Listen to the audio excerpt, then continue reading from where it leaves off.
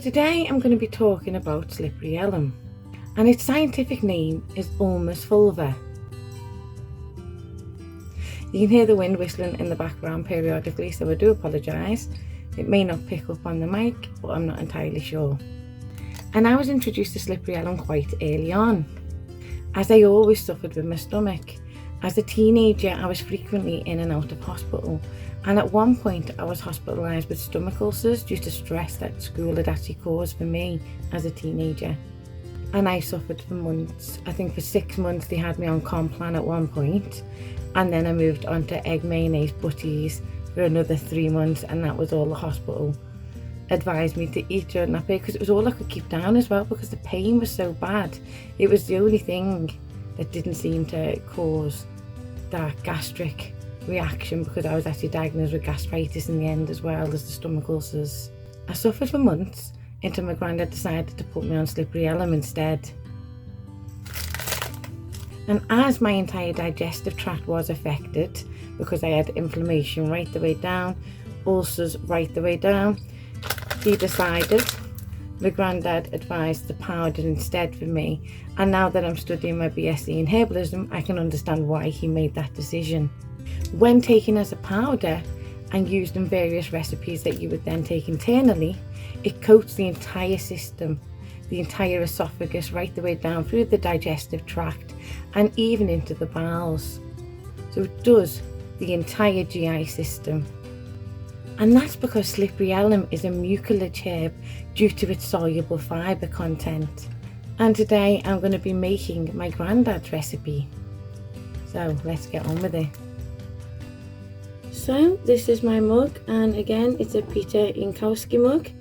Very beautiful. He's an amazing artist, so do check him out.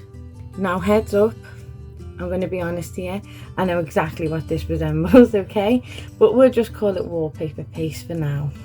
But it's that gloopy wallpaper texture that we're actually going for here. That's what we want. It's that's going to coat everything right the way through. And when he put me on this, it was actually really fast acting. Within a couple of weeks, my gastritis completely settled. So I got back to life fairly quickly and soon forgot about slippery elm. And then obviously at 26 I became disabled again, and all my old stomach issues reared their heads again. Only this time I ended up with medicine induced gastritis, chemical induced gastritis from the medications I was on, and that was giving me ulcerations right the way through again. So naturally I'd forgotten all about slippery elm until my granddad eventually mentioned it to me again and was like, why are you not taking this stuff? You know it works for you.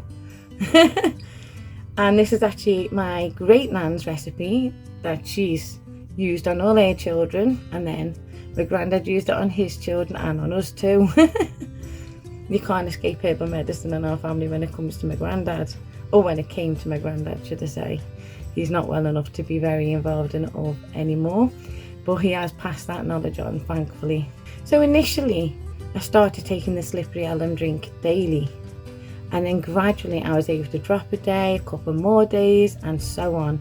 Whereas now I take it, I'd say once or twice a year as a maintenance dose, just to be on the safe side, but that's my personal choice. I don't actually have to do that. To be honest, I haven't really had any issues, and the second I feel any symptoms of that nature, I will dive straight for the slippery elm powder and make this drink. So this is my Great Nan's recipe that was passed down to my 96-year-old granddad, and I'm now sharing it with you. So it may be a wide known recipe, it may be out there, may be used by a lot of people, but this is just one that was traditionally handed down through our family, and I don't know where my Great Nan got it from. Could have been anywhere, I guess.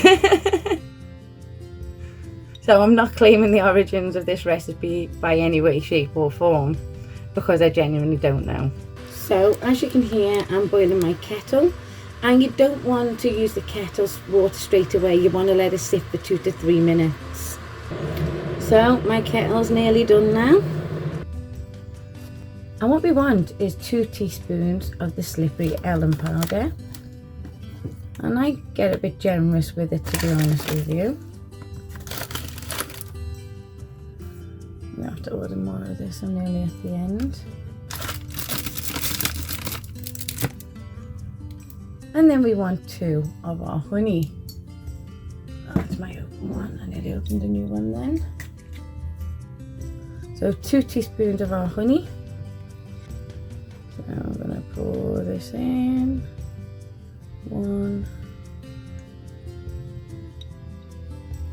2. And now I'm going to mix this to a fine paste.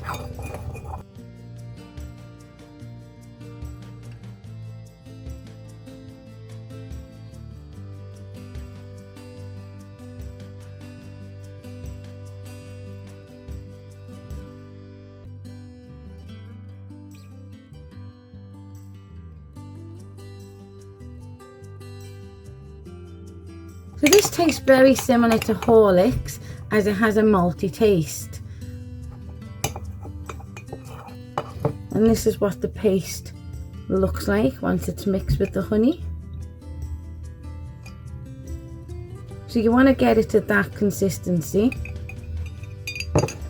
And then now obviously our kettle water's been sitting there for a tiny bit of time, so I'm going to pour that in now. And you only want it halfway up your mug.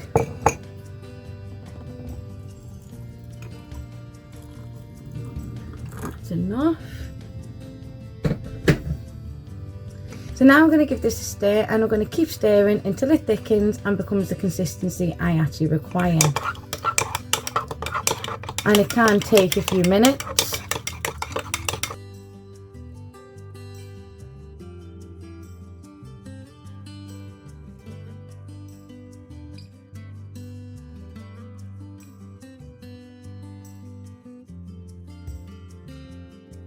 And if you can see, this is the consistency that we're after, that loopiness.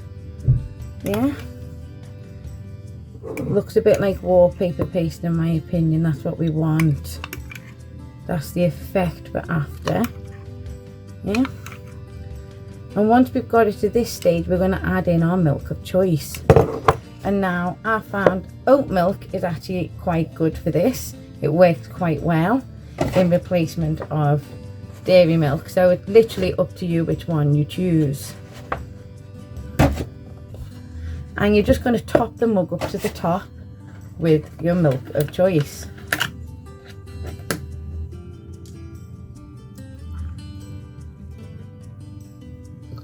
Go. And then we need to immediately stir this.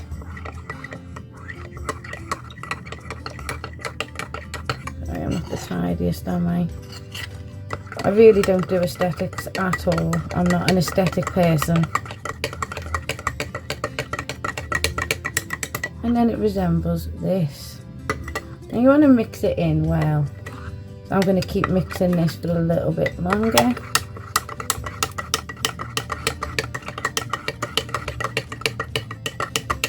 There we go, and it feels quite thick still.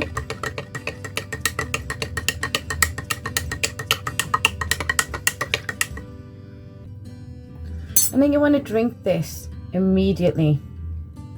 Don't let it sit and stand, you drink it immediately. There we go. I actually really like the taste of slippery elm. I do think it tastes a little bit like Horlicks or malted milk, to be honest with you. And kind of like the malted milk biscuits too, in my opinion.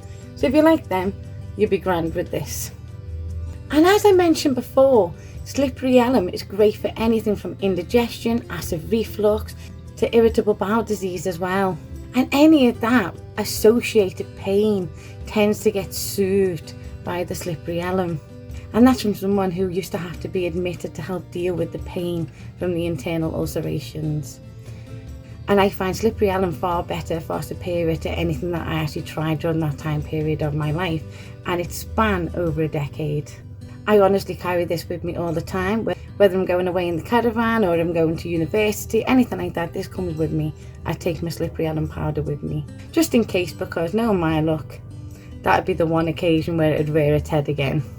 But this is actually one of those herbs that I wouldn't be without in my apothecary. So what is slippery elm?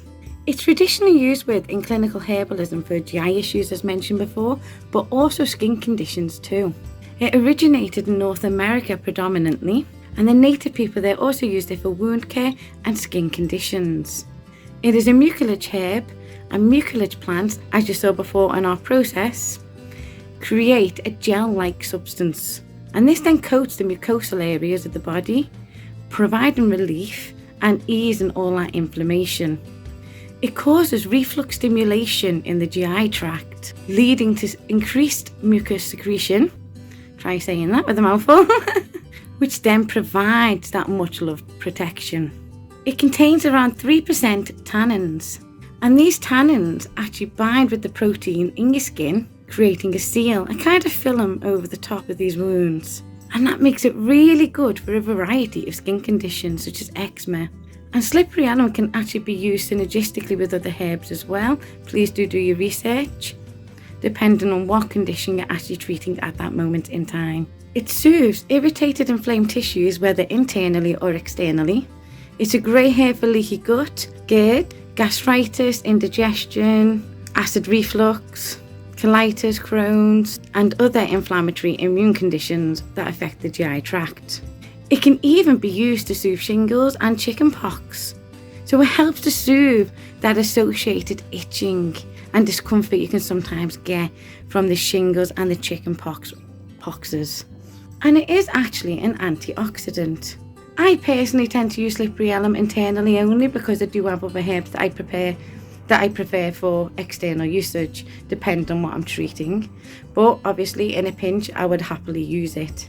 It's a prebiotic, so that means it feeds our good bacteria in our gut, and that in turn helps to reduce the bad bacteria in our gut, and therefore it helps with our overall gut microbiome and therefore the overall health of our bodies, because everything originates in the gut. The gut is literally the powerhouse of the body when it comes to the immune system. Our microbiome is so crucial and so important to our health. And you don't have to use my Great Nan's recipe. There are loads of recipes out there that include slippery elm. If you have your own suggestions, please pop them in the comments below, because I would love to hear all your recipes too. And slippery elm is also perfect to take after a course of antibiotics, because a lot of us can be sensitive to antibiotics and get irritated from them, iffy tummies, and sometimes we can get a bit sore. So this can be great for those symptoms and easing that inflammation and irritation that may have occurred from that imbalance that antibiotics can sadly create in our guts. And not only can it help soothe irritation from antibiotics, it can also be great after conditions such as E. coli to help readdress that gut bacteria too. It can also be used for sore throats and mouth ulcers, as well as the internal ulcers I was talking about earlier. It comes from the Ulmus rubra tree, and we actually use in herbal medicine the inner bark of the tree. And now many clinical herbalists do advise that you take it 2 hours before or after any other medications. However, there's limited evidence as to whether it prevents absorption or not. It is, however, crucial to mention that fact. So please do your research before taking any herbs that you see me mention, because these are just for educational purposes only. It's not advisable in pregnancy, and again, there's limited research. Now, I did use it in my pregnancies, but by that point, my body was pretty used to slippery elm. I'd taken it pretty consistently.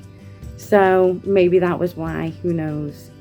So please proceed with caution if pregnant, because it's always best to err on the side of caution and not take anything that could potentially be in question. With all its amazing properties, you would think there would be more research on this amazing plant medicine. Dosage can be around 200 to 800 milligrams. Some people do prescribe more, it just depends on the clinical herbalist that you're seeing.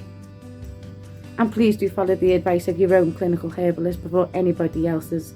There's no known toxicity, but please always do your research before embarking on any herb journey. You can purchase it in the powdered form that I have here, or you can also get it in the capsules, which I do use occasionally depending on what I'm treating.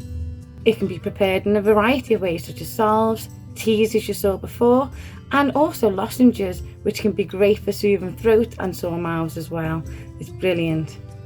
and the lozenges the children may tolerate a bit more too. But like I said earlier, we need to research this plant medicine a little bit more. It's always advisable to start with a small dose to check your tolerance levels. And again, I have to state that these videos are for educational purposes only. Please talk to a qualified practitioner before attempting herbal medicine to treat long-term chronic health conditions yourself at home. And don't forget to give us a follow, I really do appreciate it.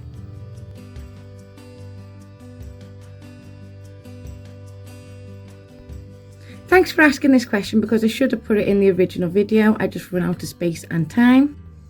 Now obviously we know local honey is better and far superior, and we also know this about Manuka honey, but no, it doesn't matter what honey you use because they all have similar properties to a degree, and I just use a local store-bought honey for this one. And as for your second question, that's a difficult one. I personally prefer the powder and find more use for the powder externally and internally. However, obviously the capsules do have other pros and cons compared to the powder. However, when using internally, the capsules tend to bypass your esophagus until they get into the stomach, which is where they then start to work. So if you've got issues higher than that, then the powder is obviously naturally going to be better for that. And it also works better for skin conditions too as a powder. Thanks for asking, and any more questions, just let me know. Another great question, and I couldn't fit this in again on the original TikTok vlog, I do apologise. So it's actually really simple to use slippery ELM in skincare, and I do prefer the powder for this, if I'm honest. It does work much better than the capsules. You'd have to empty the powder out of the capsules anyway, so it's far more cost effective to just buy the powder in the first place. And you can make slippery ELM into a tea without adding the milk in or the honey. You can just add the water in, but again, for skincare, honey does have benefits as well.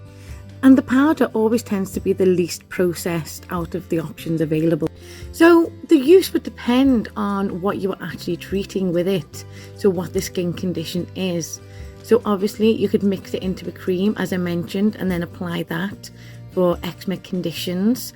Or if you have a wound that you're having difficulty healing, you can use it as a poultice. So I would probably make that as a gloopy tea, so to speak, apply it to the wound and then bandage around that. And the bandage just basically keeps it in place where you want it, so it's not getting all over you, especially if you're doing it just before you go to bed and wearing it overnight. You want to keep that in place. You don't want to get in over everything, your bed and all your clothes. And now, if you noticed in my prior video, it also has a similar texture to aloe vera.